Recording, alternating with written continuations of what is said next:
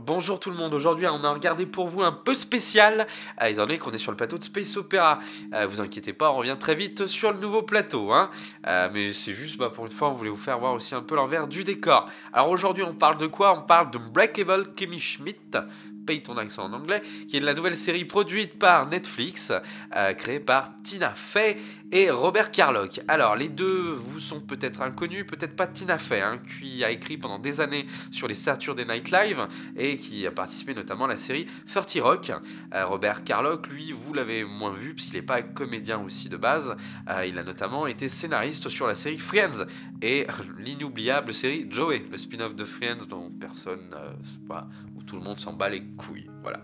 Alors, grosso modo, qu'est-ce qu'elle raconte cette histoire? On est dans une comédie, plus sitcom que comédie, on y reviendra tout à l'heure. On est dans une comédie qui nous parle de l'histoire donc de cette Kimmy, enfermée pendant 15 ans dans un bunker par une secte et qui redécouvre le monde. Donc elle a 15 ans de retard sur le monde et elle redécouvre naïvement tout ce qui se passe à New York, où elle trouve une colocation avec un acteur raté, une logeuse qui passe son temps à vendre de la farine en faisant croire aux gens que c'est de la drogue, et puis elle est embauchée comme nounou auprès d'une mère à bout de souffle, une riche new-yorkaise qui a 2 enfants qui sont très durs à tenir, une fille adolescente qui est un remake très mauvais de Gossip Girl, et un petit garçon despotique. Voilà. Ça c'est pour l'histoire générale présentée par Netflix. Il y a déjà je crois 13 épisodes sur Netflix pour la première saison. On passe à la suite.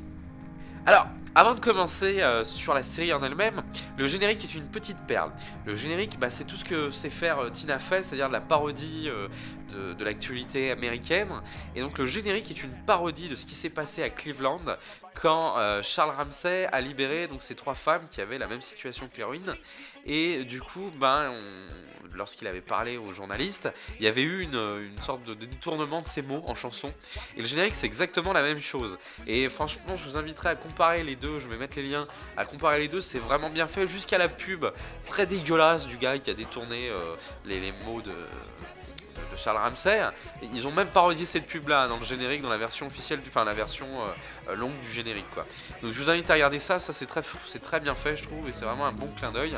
Alors l'histoire, attention, l'histoire n'est pas l'histoire, elle n'est pas ce qui est arrivé à ces filles de Cleveland, hein. C'est vraiment une histoire originale. C'est-à-dire qu'à aucun moment les créateurs ont fait appel à cette référence-là, hormis pour le générique. Alors au niveau des acteurs, il n'y a pas grand chose, il y a beaucoup de gens qui ont déjà tourné avec Tina Fey notamment.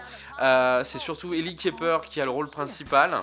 Ellie Kemper qui grosso merdo est rayonnante. C'est super intéressant de la voir, c'est super agréable de la voir. C'est une petite lumière dans les séries télé. Simplement elle est très mal desservie par pas un mauvais scénario j'ai envie de dire, mais une mauvaise mise en scène. On en parlera un petit peu plus tard, mais du coup elle pourrait tout jouer cette nana, elle pourrait jouer des trucs dans un univers très sombre où il y a des gens qui meurent toutes les 10 secondes et elle pourrait quand même te faire rire. Elle a ce potentiel comique là, c'est pas non plus pour rien que Tina Fey l'a choisi, parce qu'elle a le même parcours professionnel qu'elle, elle a commencé aussi dans le stand-up new-yorkais. Est-ce que c'est un bien, est-ce que c'est un mal? C'est tout le problème, c'est-à-dire que le stand-up new-yorkais parle pas forcément à moi lyonnais ou encore à un parisien ou à un berlinois. C'est un humour qui a ses codes, qui a ses règles, comme n'importe quel humour régional, et on va en revenir tout de suite après sur justement la classification de la série. Alors, est-ce que c'est une sitcom ou une série comique? Eh ben, c'est toute la classification qui pose problème dans cette série-là. C'est-à-dire qu'il y a des épisodes burlesques qui vont être hilarants, avec des situations qui sont de l'ordre du burlesque, c'est-à-dire qui n'ont aucune légitimité réelle, et t'as des épisodes qui vont être plus sur le texte. Et c'est tout le problème de la série, c'est que t'es toujours en train de balancer sur 2 pieds. Et du coup, des fois, ils te mélangent les deux, et ça devient pas drôle. C'est-à-dire que tu regardes l'épisode, c'est agréable, c'est pas non plus dégueulasse, mais ça devient pas drôle, t'es perdu entre un Cougarton et un Malcolm. Voilà, et c'est tout le problème de la série, c'est-à-dire qu'elle aurait pu exploiter d'autres ressorts comiques, et non, tous les ressorts comiques, c'est sur la naïveté donc, de Kimmy qui redécouvre le monde après 15 ans, avec aussi des références sur les années 90, encore une fois, si t'étais pas né dans les années 90, tu piges pas. voire même dans les années 80, tu piges pas. Et en plus, si t'étais pas né dans les années 80 en Pennsylvanie ou à New York, tu piges encore moins.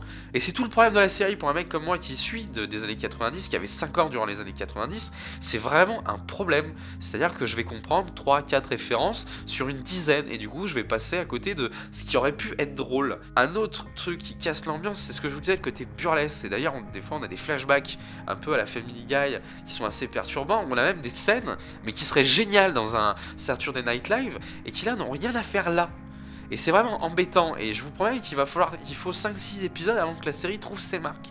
L'épisode de l'anniversaire, lui, est hilarant, parce qu'il est burlesque, parce que là on retrouve vraiment dans tous les personnages la caricature la plus extrême possible de tout ce qui va mal aux États-Unis, et là ça devient drôle. Et puis quand ça repart dans des petits Roland du genre « Ah bah j'ai 29 ans, je suis encore pucelle et je cherche l'amour et le prince charmant », ça devient chiant quoi. On a l'impression de voir les plus mauvais films dans lesquels Tina Fey a pu jouer quoi, justement des comédies romantiques. Ça devient chiant et ça devient lourd. L'autre problème de cette série, et qui vient de la distorsion aussi entre le public américain et le public européen, c'est que clairement dans la VO, alors la VO, la VF, hein, c'est toujours un grand débat, mais c'est intéressant parce que la VF va te donner un point de vue du côté de la naïveté de Kimi, va te donner sur les rapports amoureux, va essayer de traduire aussi les références des années 90 à des choses qu'on peut comprendre nous français, alors que sur les ricains, et d'ailleurs dans les interviews tu le sens, c'est vachement plus c'est vachement plus basé sur la sensibilisation sur le thème de la victime. Alors c'est vrai que c'est un leitmotiv récurrent pour l'héroïne,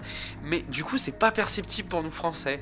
Et je pense que cette série, qui a été encensée par la critique américaine, voire française, hein, mais les Français en général, les journaleuses contentes de recopier ce qu'ils ont vu, qui a été survendue par Netflix parce que c'est Tina Fey, et ben elle va peut-être pas rencontrer son public à cause de ça.